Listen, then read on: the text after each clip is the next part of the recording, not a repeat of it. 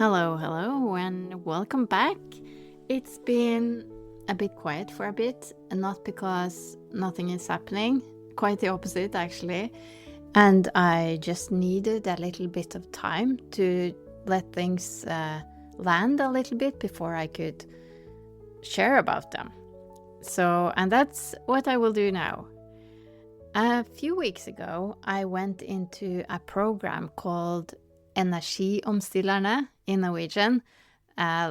Loosely translated, it's the energy transitioners in English. And it's about, obviously, the energy transition. The company behind this program is cCHANGE, a Norwegian Oslo-based company. And we have discussed this earlier, so you can go back to that episode. I will share the link in the show notes and listen to that if you want to know more about the program. And I attended this it's been now 2 gatherings over 5 days, all in all. And it was in February and in March. And the way that this program works, not to go into all the details, but it's like everybody attending the program brings their own project.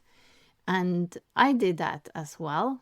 I brought with me a project and I came back with a different project.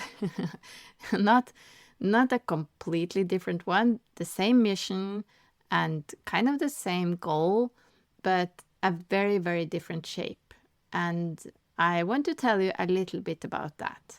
The project that I brought with me and that I have been thinking about for a long time was very much connected to this podcast. I wanted to create a coalition around the podcast for people, organizations, all kind of stakeholders interested in and working with the energy transition. So instead of having sponsors for the podcast, I wanted to create a coalition. And this was inspired by another podcast that I know of and who have done this with great success, as far as I know. And so that was my project. And the goal with it was to be able to create a room, a virtual room, where all different perspectives related to the energy transition can be heard and create a space for dialogue, for listening, to avoid the harsh argument wars that we often have. From my perspective, as you know, coming from oil and gas, also to let the two worlds that I've been a part of meet in a way, because as I see it, there's not a lot of places where people from these two different worlds or bubbles, as I often call them, meet. So that is a big problem, I think. So what happened and why did I change my plan? I think it was related to all the people that I met. It's so interesting to gather with people who are working with this. And this course, this program brought together people from renewable energy, from policy, or the activist side, perhaps, engineers.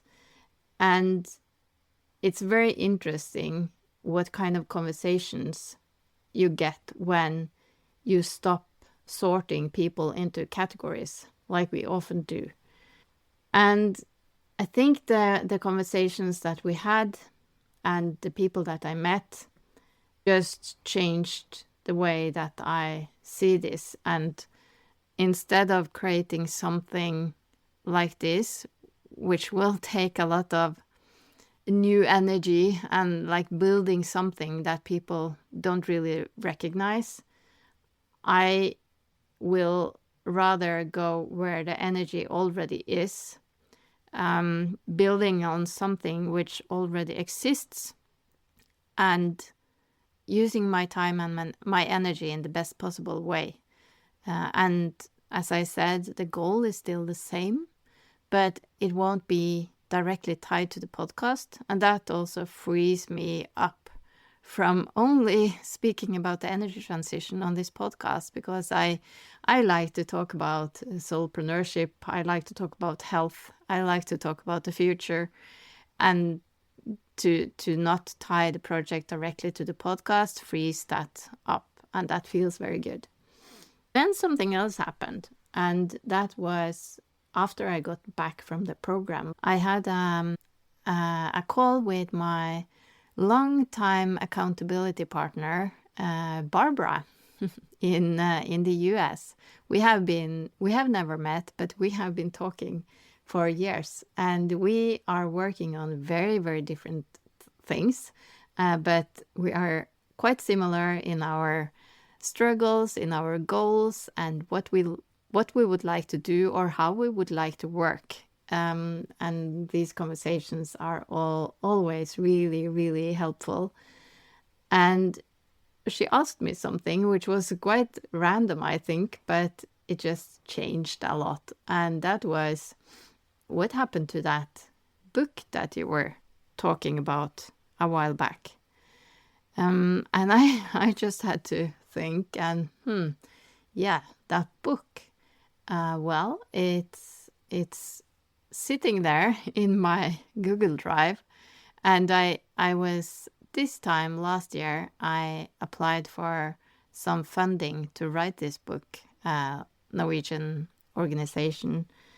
And in early summer, I got a rejection for that funding. I have talked about that as well before on the podcast. And after that rejection email, I haven't touched the book, funnily enough.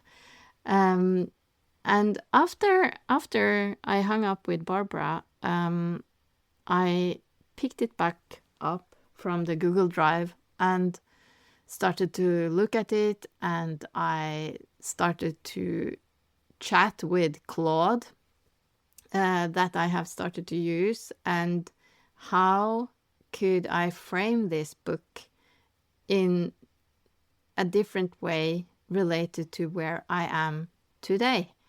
And I realized I'm at a very different place today than I was a year ago. And what came out of that conversation with Claude was actually very, very interesting and helpful. And I ended up seeing why I got that rejection. And I'm now really grateful for getting that rejection a year ago, because the book that I had planned to write back then is actually not the right book. It's not the book that I want to write. So now I have picked it back up. It's a very, very different way of writing, and it's a very different book. It's the same topic. It's about what happens to your identity, your sense of belonging, your place in the world, when the industry you built your life in starts to shift under your feet. It's personal. It starts with my own experience being laid off from the oil industry in 2016, 10 years ago now. But it's not just my story. It's about the space between pride and shame, between the narrative, I'm a part of building something which is important for this country and the world, to this industry is destroying the planet. And the people who live in that space every day without anyone really asking how they're doing. So this book has been on my mind for years. I have drafted it, stopped, doubted it, started again.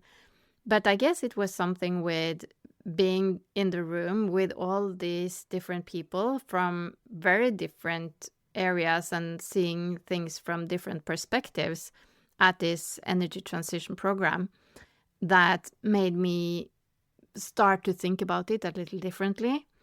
So the book became urgent again, and I'm now a few steps on the way, and hopefully I can share something positive about it in the near future. I'm crossing my fingers.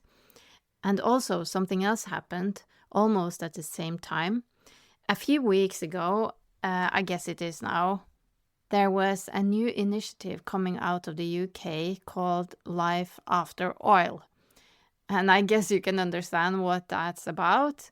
It's about people coming from oil and gas, sharing their stories about how they left, if they have left, like what led them to leaving oil and gas, and very different stories, different perspectives. It's a network where people can share and gather and learn and find other people with similar experiences.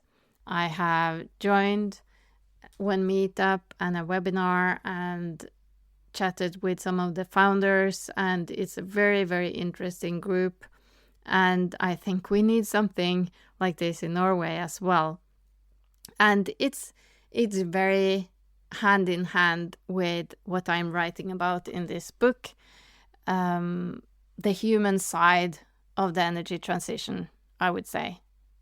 So that was a little update. I think to sum up what happened the last few weeks was that I stopped trying to build the perfect container or structure for what I'm thinking of building, and instead started to pay attention to where the energy actually is, and rather use what I already have, like the book or the plan with the book, the stories, and what other people have built already. And I'm building kind of in public here, and I want you to come along and join me in whatever it turns into. Thank you so much for listening. And if this resonated or sparked any thoughts, let me know. Reply to wherever you see this, if it's on Substack or LinkedIn, or just send me an email. Go to my website, storiesforthefuture.com, or to my Substack, viklavnes.substack.com. I read everything and I will reply, I promise. Bye for now, and I will talk to you soon.